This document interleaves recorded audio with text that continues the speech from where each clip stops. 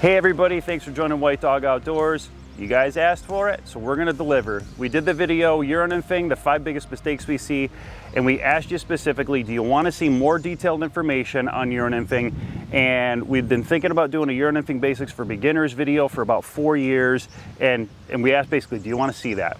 What we learned from you guys is that you absolutely love the Euro Nymphing content. We had over 600 comments saying, yes, please make the video. And we had a lot of comments saying specifically, hey, can you focus on this? Can you focus on that? So what I learned is you guys want really detailed information. And a lot of people said that a lot of the videos that they watched on Euro Nymphing, they gloss over some of the basics. And so it still left them wondering and not really knowing what to do. So that's not all gonna fit into one video. We are gonna do a series of Euro Nymphing videos. Okay, we're gonna start from the basics and we're gonna go up through the detailed information of some more of the advanced techniques.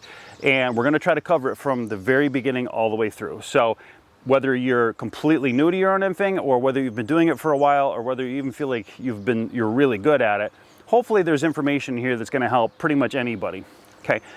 Because there's gonna be so much information, we're gonna do a couple of things. We're gonna leave a lot of information down below in the description. So as we build these series of videos, we're gonna link all the other videos in the series so you can have them all in one place. We'll do that on every video. And then we're gonna put an outline of what's covered in this video with a timestamp so that, you know, you watch the video, you go out on the river and you realize you'll need to hone in on a few more things. You can go through, look at the outline and just click the timestamp, it'll bring you right there. So that's gonna be down in the description. I'm also gonna pin it in the first comment of the video so that it'll make it really easy for you guys to find what you're looking for. So we got a lot to cover. This is gonna be a lot of fun. Let's get started.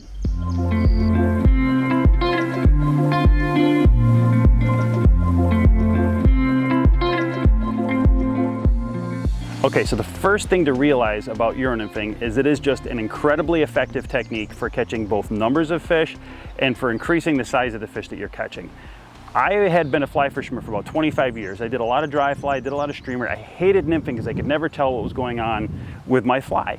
I was very visual. Let me tell you what, once I learned how to Euro Nymph, and I've been fly fishing for 25 years, once I learned how to Euro Nymph, I was blown away by the numbers of fish and the size of the fish that I started catching. I had never experienced anything like that in my life in 25 years of fly fishing.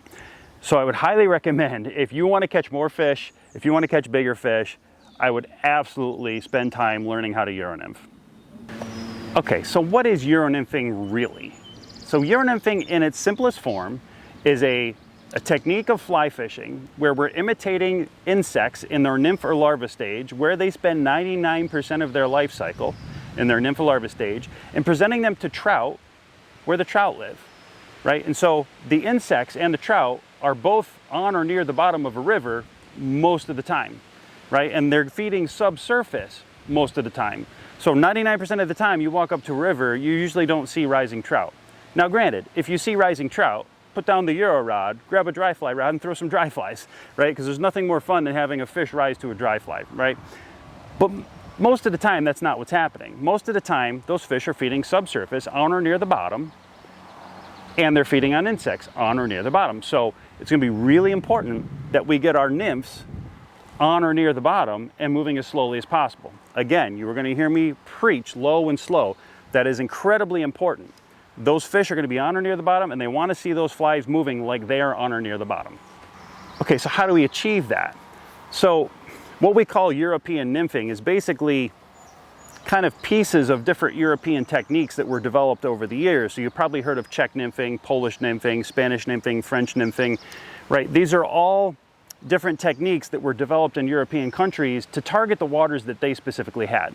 So European nymphing kind of takes aspects of each of those, kind of combines them together and ends up in what we call European nymphing or Euro nymphing. So basically Euro nymphing utilizes really long rods because we're going to use the reach of a long rod to be able to get a good drift. It uses really long leaders, and those leaders incorporate high visibility cider material that is going to allow us to see what's happening as our flies drift down. Okay, and then we're going to use really heavy flies so that we can get on or near the bottom, and we are going to keep as tight a line as possible from the tip of the rod all the way down to those flies. Okay, so the long rod, the long leader, the cider material, the heavy flies, that's all going to help us achieve the drift that we need to achieve to be able to be in the right places where those trout are feeding. And that is what makes European nymphing so deadly effective, is that it basically pulls all these things together and gives you all the tools necessary to be able to target trout where they really live. Okay, so if I want to be really good at fishing, I need to understand more about the river, I need to understand more about the way a trout behaves, and I need to understand more about the food sources that a trout has in order to be able to put myself in the right position to be able to be successful, right? So let's start off with water dynamics. Rivers are very changing, they're very dynamic places, and I think that's what I love so much about rivers, is that they're just so different, and every little section of river requires you reading and figuring things out, and I love that part of it. So a lot to understand in terms of the way a river flows even, right? So as I look across my water, I see I've got slower water here, I go out to the middle and I've got much faster water there, and then I go a little further and it goes from really fast water to really slow water. So I've got more of a gradual increase of water as I go this way, and then I hit a certain point and it's a much steeper cut of where that fast to that slow water is. I'm also noticing that shoreline is much steeper, right? So I go down, I'm going to get much deeper really quickly, whereas the one that I'm on now is a much slower gradient, right? I'm walking out, but I'm not really getting that much deeper, right? As I walk out to here, I'm starting to get a little bit deeper now, right? Just barely, right? So understanding different things about the water and what things look like, okay? So I've got different speeds as I kind of go out. I've got different structure as I go out, right? Okay, so we need to understand a little bit more about how water flows, right? Is the water going the same speed on the top as it is on the bottom? Absolutely not, right? The bottom has rocks, it has boulders, it has substrate, and it slows that water down. It creates friction. The water tumbles over those things and it slows down, right? So as I put a wading staff in the water, you see at the top of the water column, that water's moving really fast. Those ribbons are waving really fast, right? And as I go down, you see they slow down a little bit each ribbon. And by the time I get to the bottom, that ribbon sometimes is often barely moving, right? So that's what we kind of call the hydraulic cushion. The bottom of the water is often going much slower than the water in the top, right? It's caused by what's in the river, right? If you've got a slate bottom river and the water's moving, it's going to be just as fast on bottom as it is on top. But if you got those rocks and those boulders, they're slowing things down, right? So I got different speeds as I go across, I got different speeds as I go down, right? Understanding those things is really important to understanding where's that fish going to be. And that's really the fun part as you go through this, is starting to read that water and saying, where's that fish going to be, right? So, you know, even if I'm looking out across the water and there's a rock out there, right? It might be fast across the top of the rock, but there's a hydraulic cushion in the front of that rock. It's much slower in front of that rock. If I go behind the rock, sometimes I'll even see that the water is circling around and coming back upstream, right? So some of those ribbons might actually be facing upstream once in a while. So, and you'll notice that along the edges of the river too, right? Where it goes from fast to slow, or sometimes it'll actually circle back around. Maybe there's a big deep pool and it goes down and everything circles back around, or maybe it's just a little bit of an edge where it goes from fast to really slow, right? So understanding all those different things are going to help you understand where trout may be in the river, right? So the next piece is understanding a little bit more about the insect life, right? So trout are going to feed on insects a lot of the time, right? So insects spend about 99% of their life cycle in the water, right? So let's take an adult and say like, hey, that's the start of our cycle here. An adult fly, it's going to be a mayfly, a caddisfly, a stonefly. Those flies are flying around, they're going to mate, they're going to drop their eggs in the water. Okay, so you'll see them a lot of times. This caddis will skitter, you'll see them, they'll bouncing on the water like this. The mayflies will drop their eggs. So they're going to drop their eggs in the water.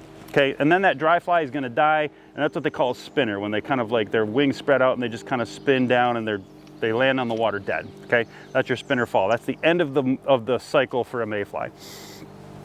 So those eggs are going to go down to the bottom of the river. and that's where they're going to live and that's where they're going to hatch. They spend 99% of their life cycle as a nymph or a larva, okay? So they're going to be on the bottom of the river almost all the time. So it's really a good activity to do for yourself, or even if you have kids.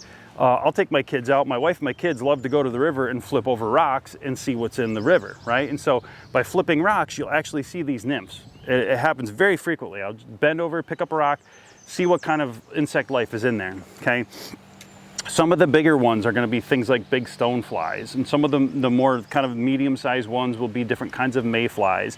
And if you see like the green worm-like ones, those are caddis, right? So, you know, I'll take my kids out and we'll flip rocks and they'll kind of just explore and find, but it's a great activity to do if you're a fly fisherman. Understand what's in your river, right? I have certain rivers where I can't use a big stonefly because they will not get bitten. And I have other rivers where they get bitten like crazy. And that's because different rivers have different insects. So go to your river, flip over your rocks and see what kind of insects you have, right? Do you have a lot of caddis? Do you have a lot of smaller nymphs? Do you have a lot of bigger nymphs? That's going to help you figure out what you should be using. And take those and compare them to what's in your fly box, right?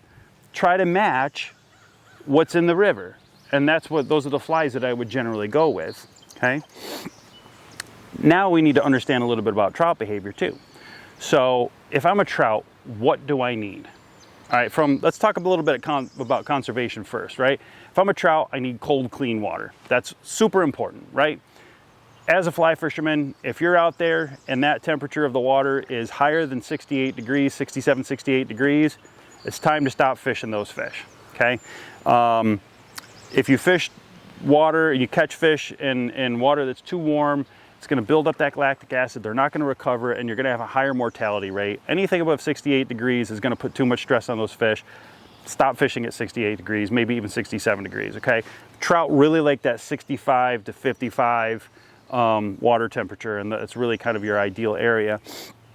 Okay, so outside of the temperature and the conservation aspect, what do I need as a trout? I need three major things, right? I need security, I need safety. I need to make sure that I'm not gonna get eaten by a bird or maybe an otter or whatever, right? And so I need to find an area that's gonna protect me. So a lot of times that's deeper water, that's going to protect me from the birds. The bird's not going to be able to dive down into 3-4 feet of water, right? A lot of times maybe that's I'm next to a rock, or I'm underneath a rock, or I'm on the front edge of a rock, right? Or maybe there's a root ball along the edge. It's got a deep cut in it. I'll be up under that, right? Where I'm protected from predators. Okay. What else do I need? I need to exert as little energy as possible. I can't be swimming all over the place all day trying to find food, right? I need to be in an area where I'm protected and where I'm exerting the least amount of energy as possible. So how do I do that? I'm going to be in the slowest water, right? I'm not going to be sitting in fast water swimming hard all day, right? I'm going to be in the slowest water I can find that's going to protect me. Okay, so remember we talked about that hydraulic cushion? Really important to understanding water dynamics to understand where those trout are going to be, right? They're going to be in the slowest water possible. So if I'm looking out at the fast water, that's my deepest water here, right? So if I'm a trout in this particular water, I'm going to be near that fast water, but I'm going to be down low where it's slow and where I'm protected, right? And then what's the third thing I need as a trout? So I've talked about safety. I've talked about exerting the least amount of energy as possible. And then the last thing I need is I need food, right? I need to be in a place where that water is going to bring the food to me. So when I look at water, I'm looking for particular, what we call a lie. Where is that trout going to be laying, right? So the prime lie is where I'm going to be protected, where I'm going to be exerting the least amount of energy, and where I'm going to have food being brought to me very easily, right? That's what I'm looking for. That's going to help me read water. That's going to help me be successful, right? We're going to do a whole video on reading water because rivers are so dynamic. There's so much to consider. It needs its own video. We're going to go through that in depth, but I need those three things as a trout. And then if you understand those three things, you can start figuring out what the best place is to fish and where you're most likely to find those fish. Let me tell you what, when you look at the water and you start picking out the spots of where you think they're going to be and you find a fish there, it's incredibly rewarding. Okay, so I think we understand a lot of the basics now about how to find these fish, why they're there, and now we got to figure out how are we going to get our flies in the right place and fish them effectively to be able to get those bites.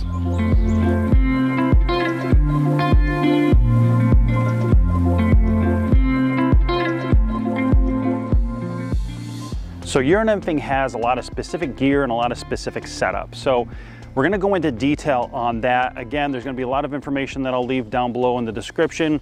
I'm going to try to outline as much of that as possible, but these next sections are going to go in detail into the gear and the setup to be ready to be able to hit the water for Nymphing. So what makes a Nymphing rod really so special, right? Nymphing rods are made specifically for this purpose. So they are very long rods. They're usually 10 to 11 foot rods. My sweet spot is a 10.5. I do have an 11-foot rod as well, but that length is really going to help you reach, right? So Nymphing is a fairly close quarters fishing technique, right? So if you're using just a regular 9-foot 5 weight, you're not going to be able to fish very far away from you at all. You're going to end up really being really close to you. You're just not going to be able to reach those fish very well. The longer rods definitely help with that reach, and they help with the casting of the flies as well. So, 10.5, 11-foot rods, they do start around 10 foot. I've never gone that small, to be completely honest. And I've had friends that have used like your typical trout rod, your 9-foot 5 weight, and done a lot of nymphing. And I eventually convinced them to do a Nymphing rod, and they brought it on a small stream and they said, God, I just felt like it was going to be too big.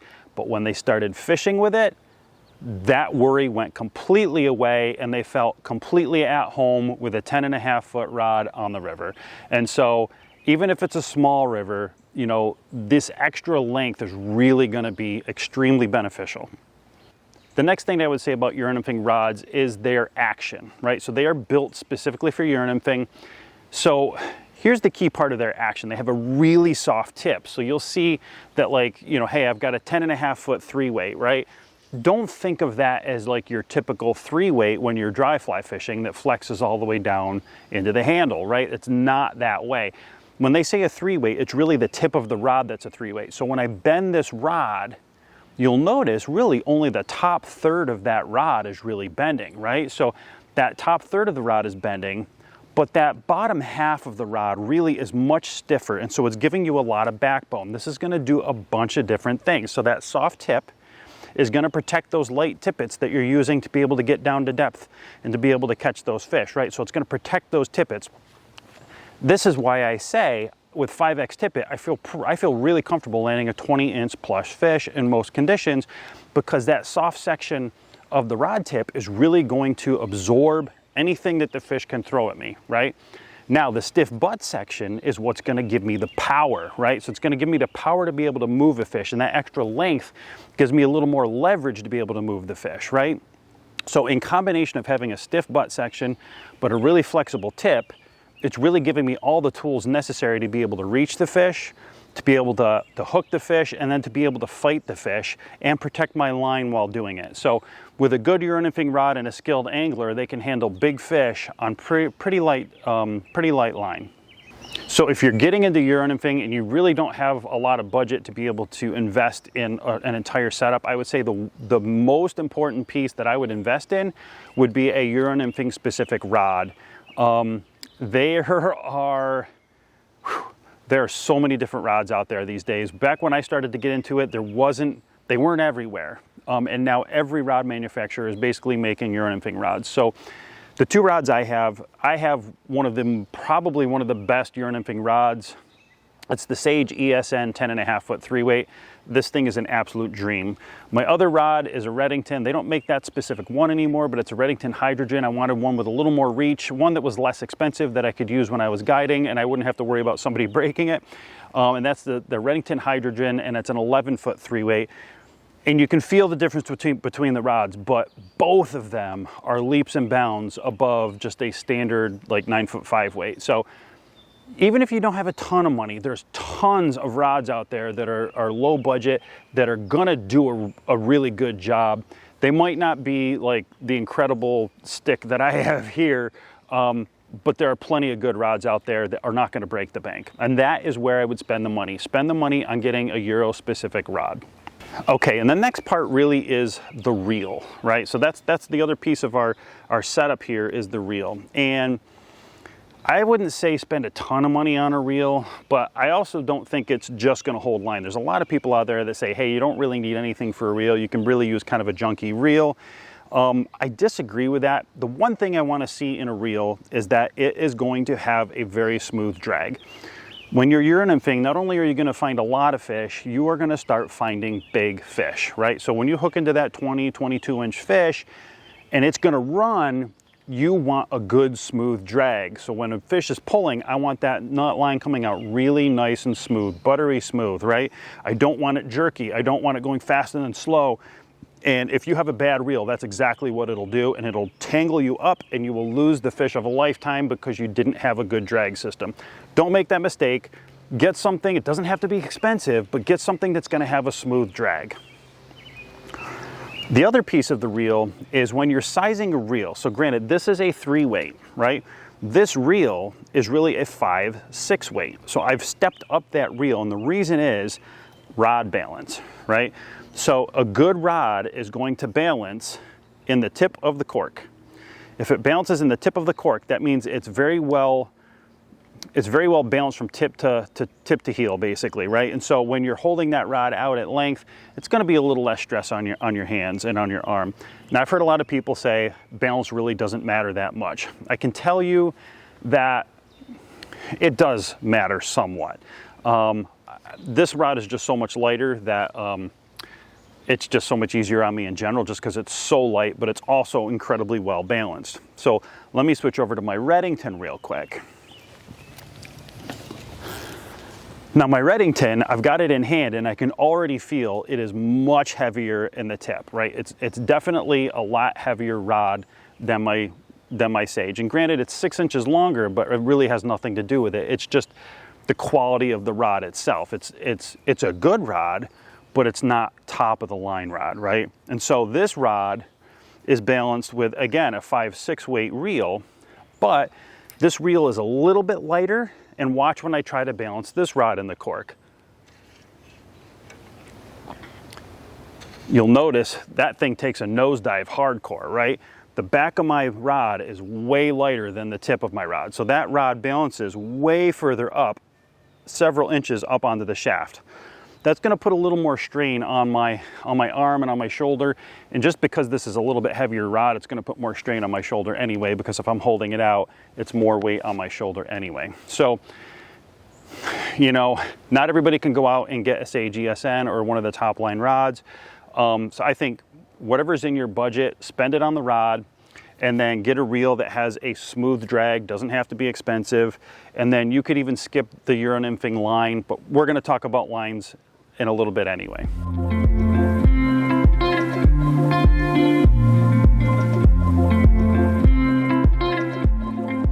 So another important piece of equipment is a landing net.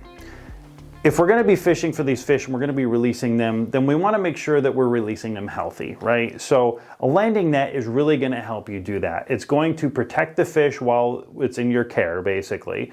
So things we don't want to do to a fish. We don't want to put a fish in the dirt. We don't want to put the fish on the rocks. We don't want to put a fish in the grass. Why don't we want to do those things? There's a slime coating on the fish that helps protect the fish, right? We don't want to take that slime coating off because it opens that fish up to potential disease and infection, and it hurts the long-term survival of the fish, right? So by keeping them in a rubber-coated landing net, you'll keep them away from all that stuff. You're gonna keep the slime coating intact as much as possible, and you're gonna help protect that fish. So, okay, number one, when we land a fish, we're gonna get him in the net, and we're not gonna lift him out of the water. We're gonna keep that fish in the water, in the net, in a protected space, and we're gonna let that fish recover, right? That fish just exerted a lot of energy, and we need to let that fish recover. A landing net is the perfect place to let that fish recover in a safe place, okay? Now, what do I look for in a net? I definitely want a rubber coating on the net, again, to protect the slime layer. Most of the nets you're gonna find these days that are geared toward fly fishing, they're gonna be rubber coated nets. There's a variety of different kinds. Here's kind of my experience with a couple of different nets. I started off with, I actually have 3 different measure nets in different sizes. And I loved them at first because I could very quickly see, there's measurements on the inside of the net, I could very quickly see, without having to overly handle the fish, I could see how big the fish was. Is it a 10-inch brook trout? Is it a 20-inch brown trout? You know, very quickly I could see what it was, and I would know roughly where that fish was.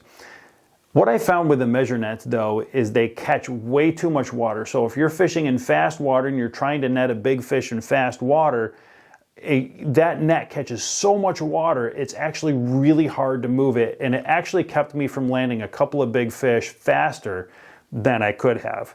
And so I really felt that it ended up hurting my ability to keep the fish healthy. So what I ended up doing is I went to kind of more of a hoop style net. It doesn't catch the water very much. It's got a bigger opening, and it's just so much easier to net the fish. This is just a Fraybill kind of hoop net. I'll link it down below. I find this very easy to use. I don't have measurements in it, but I don't really care anymore. I don't really care if it's a 20-inch fish or an 18-inch fish or whatever. And this is better for my overall experience with netting a fish and keeping them healthy. So I really, really like this. You'll see a lot of the Nymphing guys use a hoop net like this. So now, how do I hook this net up? What's going to be really important is I want to have this net accessible to me whenever I need it, right? So I want it out of the way when I'm not needing it, and I want to be able to have it easily there when I do need it. So I use a very strong retractor that I connect to the back of my bag. And so I have like a little carabiner connected to the actual net, and that connects to the retractor, and this retractor is really strong, right? So when I need it, I pull, and I've got my net, and it's really long retractor, and I can net the fish and not have any issue with that. When I'm done and the fish is gone, I let go, and it goes, sucks it right back up. Okay, I really, really like these retractors. I did a magnet thing for a while, trying to connect it behind my back. To be completely honest, it was a pain in the butt. I don't like that at all. What some people will do is they'll use a combination of retractor and magnet. So they'll have a magnet connected to their side with a retractor. When they need it, it's right there by their side. They pull it, and then they've got what they need. And then when they're done, they let it go, and then they keep it magnet right next to their side. I haven't really done the magnet thing in a long time, but I really, really, really like the retractor. The net is always there when I need it, and then it goes right back, and I don't have to deal with it afterwards. So the last piece of equipment that I would recommend for every fly fisherman is a good pair of polarized sunglasses. So polarized sunglasses are basically, they're going to take the glare off the water. You're going to be able to see through the surface of the water and into the water. You're going to be able to see so much more about what's going on in the water. So it helps you when you're wading, so you know where you should and shouldn't be stepping.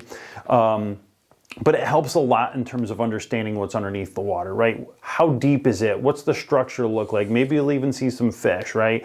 And so it really helps you figure out and how you're going to target that water based on what you can see in the water, right? Now, polarized sunglasses can have a few different traits to them. So like the lens color makes a big difference. I used to have a pair of gray lenses, and I found that it darkened things to the point where I really couldn't see as well, right? So I went with amber lenses, and now I have copper lenses, and my God, what a difference the copper and the amber lenses make. They really bring out the colors. They don't darken things so much, but they really bring out the colors.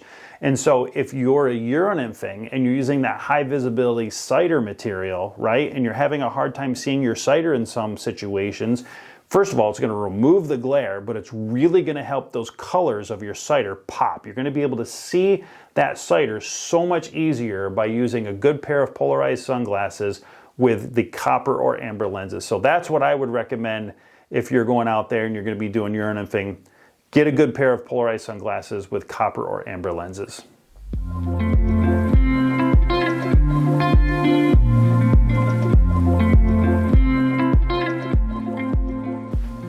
So when it comes to fly lines, there's basically two different ways that people go.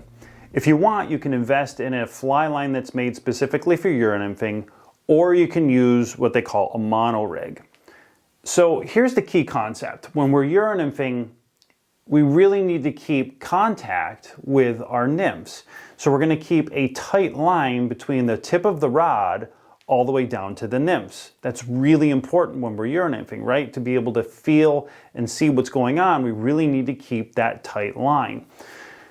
Both the uronymphing lines and the monorig help you do that because they are thin, light lines, right? So in order to keep that contact, a thin, light line is going to allow you to keep a much straighter line much more easily. Okay, so both the Euro lines and the monorig really help you achieve that. So let's talk a little more about what the uronymphing lines are and what the monorigs are. A uronymphing line is basically a long, thin fly line. They typically have either a braided or a monofilament core. Again, they are a fly line, but they're super light. So they're going to help you keep contact from the tip of your rod all the way down to those flies. And there's no stretch in that line. I like the braided core ones in particular. I use the Rio Uronymph line. It's got a braided core to it. There's no stretch in it. It aids in sensitivity. So, you know, if I do have a bunch of fly line out, which very rarely do I have a lot of fly line out, but if I have a little bit more fly line out, there's not going to be any stretch in that. It's going to allow me to feel that take really well. So I personally really like the uronymphing fly lines. But if you don't want to invest in the uronymphing fly lines, you can do a monorig. So what's a monorig? A monorig is just a long monofilament piece that you then attach your uronymphing leader to. Some people will have an entire spool of monofilament line on their reel, and so they really don't have a fly line at all. It's just a spool of monofilament line that they then attach to their uronymphing leader. Other people may want to use a regular fly line because maybe they want to be adaptable. They want to be able to toss a dry fly if they need to, but then uronymph if they need to. And so they might have a weight forward floating line on there to be able to cast a dry fly, but they don't. Weight forward floating lines are terrible for uronymphing. So what you do is you just put a long monofilament piece from your weight forward floating line. And so the key is you really just want to keep that fly line on your reel. You don't want that fly line in the rod, and you don't want it out the rod, right? And so the monorig helps you do that. It's very versatile, and it again is thin and light, and it's going to allow you to keep contact with your flies as you're fishing. So what do you not want to do? If you have that weight forward floating line and you connect your uronymphing leader straight to that, that is typically not a good idea. So a weight forward floating line is going to be much heavier, much thicker than any of the uronymphing lines or any of the monorigs. Okay, what happens when you have weight that goes out the tip of the rod, right? It's gonna succumb to gravity. So if we have a weight forward floating line and we're trying to uronymph specifically with that, what's gonna happen is you're not gonna be able to keep a straight line from the tip of the rod down to those flies. Gravity is gonna happen, and it's gonna pull your line down, and it's gonna create a bow in your line, so you're gonna lose direct contact with your flies. You're going to pull your flies toward you, so you're not going to get the drift that you want. And as you pull your flies toward you, it's going to lift those flies off the bottom, and you want your flies on the bottom. The other thing that'll happen is even if you, like, let's say you don't have your fly line all the way out the tip of your rod, and you're thinking, okay, well, maybe I'll be able to keep a direct contact that way. What inevitably happens is that fly line is so heavy, it actually is going to pull back down through your rod guides and kind of like come right down. It's going to pull your line out of the water. It's really annoying. So bottom line, don't use a weight forward floating line and connect it directly to a uronymphing leader. Either use a uronymphing fly line or use a monorig that's going to allow you to keep that weight forward floating line on your reel. Okay? If you use a uronymphing fly line, if you use a monorig, I think you're going to be really happy with the results, and it's really going to help you be successful. All right, we are going to wrap volume 1 of Uronymphing Basics for Beginners here. I'm trying to keep this into bite-sized chunks for you guys. I'm trying not to overwhelm anybody, but there is just a ton of information coming out. So, you know, we're going to be releasing, I'm going to have 5 videos in the entire series, at least at this point. There's going to be 3 videos in the Basics for Beginners, and then there's going to be 2 advanced videos that we're going to do. So definitely subscribe, hit the notifications bell so you know when those things are going to come out. Like I said before, I'm going to provide an absolute ton of information down in the description. There's going to be details of everything that I use, but I'm going to really break down the outline of what's in each video. There's going to be timestamps. I'm going to pin that to the first comment. And then as we build out these other videos, I'm going to update the descriptions of every video. So you're going to have a full outline of every video down in the description. And so you have a particular topic you want to go back and look at, you can go to any of our Nymphing series videos. You can go in there and you can see where it's going to be. You can click on the link to the video, go to that video, click on the timestamp, boom, you're going to be there. So I'm hoping that's going to really help a lot of people. We're going to provide a ton of detailed information. But I really hope this is going to be useful for you guys. I think, just based on the feedback that I get from you guys, this is everything that you guys asked for, right? So I'm trying to provide everything that you wanted. I really think that this is going to be a great series to help so many people. So there's going to be so much more to come. Like I said, there's going to be 3 volumes in the Basics for Beginners series, and then there's going to be advanced videos that we're going to do as well. So volume 1 was mostly about the fundamentals, understanding the things that we need to understand to be successful, and then getting into some of the gear and really kind of getting into detail on a lot of that stuff, right? Volume 2 is going to be about leaders, okay? I'm going to go through how I tie my own leaders. I'm going to give you my formula. I'm going to break it all down for you guys. And then I'm going to give you all the materials. There's going to be a ton of information. And then we're going to talk about micro leaders and when you might want to use a micro leader and what situations and how it's going to benefit you. And I'm going to break down my formula for micro leaders as well. So I'm going to give you guys all of that information. And then we're going to be getting into rigging multiple flies, right? So what situations do I want to use multiple flies, different ways of rigging those multiple flies to be able to achieve different things, and what you're going to learn from what, the fish's reaction to those things, right? And so there's going to be a ton of information about that. We're going to touch on fly selection, going through some of the basics of how we do that. A lot of people ask, what's in your fly box, right? I'm going to give you the real basics of that stuff. So that's coming in the next video that's going to be launched in just a couple of weeks. Volume 3 is going to be all of the on-water stuff, right? So Volume 1 and Volume 2 was everything you need to know to be ready to hit the water. Volume 3 is going to be everything that's on the water, right? So this is going to be going all over casting, managing line, what kind of different kind of casts are there and when do you want to use them. It's going to go through the drift. How do you achieve the drift? And what are the different tips and techniques that you're going to use to be able to achieve the drift in different types of situations? And then we're going to get into setting the hook, attacking the water, how to fight a fish, and an important topic, which is how to handle fish so that you can successfully release them, right? So all of that is coming in just the Basics for Beginners series, and then the advanced stuff is going to start. And I think we're going to start with one of the biggest topics, which is reading water. So, the Basics for Beginners is going to give you all the information to go out there and be successful in terms of understanding technique and tactics and stuff like that. But now the advanced series is going to be how do we really get good, right? And those advanced videos like learning how to read water are going to be really, really important. That topic is going to be really important. So we're going to take all sorts of different kind of stream situations. We're going to break those down, and we're going to talk about how we're going to attack the water and why we're going to hit certain areas, and kind of break it all down and do our best to teach you how to read water and be able to figure out where those trout are going to be. And then another video I have planned is fly selection, right? So this is where we really get into depth on the flies. You guys asked me, what's in your fly box? So I'm going to go into detail. I already have a ton of fly tying videos down that I've already done. I'm going to leave those in the description as well. But by the time we get to that one, I'm hopefully going to have a bunch more fly tying videos out. So we'll have all the information related to that. I'm going to show you guys what's in my fly box. I'm going to show you what I use and how I pick those flies and how to be successful with them. And a lot of tips and tricks about when you're tying them to basically how to cover all sorts of different scenarios with what's in your fly box. So we are finally doing this series. I've been thinking about doing this series for about 4 years now. Tested the waters a little bit earlier this year with the Nymphing, the 5 biggest mistakes we see. If you guys haven't seen that one yet, check it out here. But that video really showed me that, number one, you guys love the Nymphing content, and there's a lot of people out there that want to learn. I asked you guys, do you want to see this series?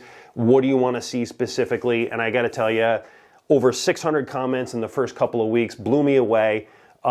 Really, really appreciate all the feedback. I'm going to ask you guys to do the same thing on all of these videos. Please keep telling me what you guys want to see. A lot of the content that I built for this entire series has been because of your comments, and I promise I read every single one and I respond to as many as I can. Okay, so continue to tell me what you want to see, and we're going to build that into the series.